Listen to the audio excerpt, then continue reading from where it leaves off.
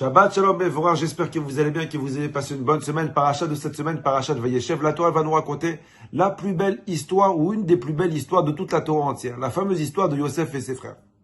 Comme vous le savez sûrement, Yaakov Avinu, il avait 12 enfants. Le 11e, l'avant-dernier, Yosef Hatzadik. La Torah nous dit comme quoi Yaakov, il préférait Yosef plus que tous ses autres enfants. Réunis, jaloux de l'amour que leur père portait à leur frère Yosef, les Shvatim, ils ont détesté Yosef, à un point qu'ils l'ont vendu en Égypte. La Torah nous dit, arrivé en Égypte, il travaille chez Potiphar, et la femme de Potiphar, est-ce que vous savez comment elle s'appelle, la femme de Potiphar?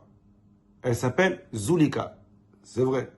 La femme de Potiphar, Zulika, elle tombe éperdument amoureuse de Yosef, et elle le pousse à la faute. Yosef Hatzadik, il avait que 17 ans, il ne faute pas avec elle, il résiste. Le Midrash, il dit comme quoi elle se changeait plusieurs fois par jour. C'était une très belle femme. Elle se changeait plusieurs fois par jour. Elle se maquillait plusieurs fois par jour pour attirer le regard de Yosef. Et malgré son jeune âge, malgré que Yosef Hatzadik, il était seul, il résiste à la tentation et il ne faute pas avec la femme de Potiphar. Jusqu'au moment où un jour elle attrape Yosef Hatzadik, elle lui dit « Khalas, faute !» Elle lui dit « Mais qu'est-ce que tu ne trouves pas chez moi? Est-ce que tu ne me trouves pas belle ?» Et c'est une très belle femme. Yosef lui dit « Non, t'es très belle. » Alors elle lui dit « Alors si je suis très belle, pourquoi tu ne fautes pas avec moi ?» Yosef lui dit, mais parce que tu es marié. Et je sais très bien, écoutez ce que Rachem Akadosh dit. Yosef Hatzadik, il dit à cette femme, je sais que si je faute avec toi, je perds toutes mes brachot. Une personne qui trompe sa femme, qui va avec une femme, une autre femme, il perd toutes ses brachot. Voilà, je l'ai dit. Et il lui dit, je vais tout perdre. Et elle lui dit, mais t'as pas de brachot, t'as rien, t'es un simple serviteur. Elle lui dit, faute avec moi. Yosef lui dit, je faute pas, je crains Dieu. Elle a vu comme quoi les avances, ils marchaient pas. Elle a dit, les avances, ils marchent pas. On commence avec les menaces. Et c'est écrit dans le Midrash que la femme de Potiphar dit à Yosef, soit tu fautes avec moi, soit je t'enlève ta parnassa. Et Yosef, il lui répond, c'est Hachem qui envoie la parnassa. Elle lui dit, soit tu fautes avec moi, soit je te mets en prison. Et Yosef Hatzadik, il lui répond, Hachem, il délivre les prisonniers. Elle lui dit, soit tu fautes avec moi, soit je te casse en deux. Elle est un peu voyou. Et Yosef Hatzadik, il lui répond, Akadosh Brou, il redresse ceux qui sont courbés. Elle lui dit, soit tu fautes avec moi, soit je t'aveugle. C'est toutes les birkot hachara qu'on fait le matin. Yosef Hatzadik qui lui dit à Kadosh Baruch Hu, c'est lui qui donne la vue. Et Yosef Hatzadik, il ne faute pas avec elle. Quand elle voit comme quoi elle n'arrive pas à fauter avec Yosef, elle l'accuse de viol, etc. Et c'est écrit dans la Torah, Vayemaen Yosef. Yosef, il a refusé de fauter avec elle. Abota, moi je vous pose une question. Comment un gosse de 17 ans, loin de son père, vendu par ses frères, trahi par ses frères, seul en Égypte, il fait pour résister à la tentation? Il y a des personnes aujourd'hui il suffit qu'une moche, elle les regarde et ils s'excitent tout seul. Là, je vous parle de la plus belle. Le Midrash dit comme quoi c'était une des plus belles femmes qu'il y avait sur terre. Comment? Seul, 17 ans, seul, il refuse de fauter. D'où il a puisé ses forces? Alors, j'ai lu plusieurs réponses cette semaine. J'ai eu une très belle réponse que je partage avec vous très rapidement. C'est écrit dans la Torah que lorsque les Shvatim, ils ont vendu Yosef, ils ont fait croire à leur père que Yosef, il a été déchiqueté par une bête sauvage, que Yosef, il était mort.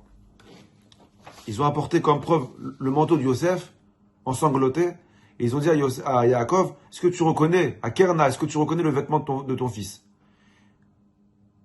Ils lui ont donné toutes les preuves comme que Yosef Hatzadik était mort. Le manteau, le sang, l'endroit où il a envoyé Yosef. La logique, c'est qu'Yaakov, il croit ce que ses enfants, il lui dit. Et il prend le deuil sur son fils Yosef. Mais la Torah nous dit une phrase, un mot. Vayemaen Yaakov velitnachem. Et Yaakov, il a refusé de se consoler.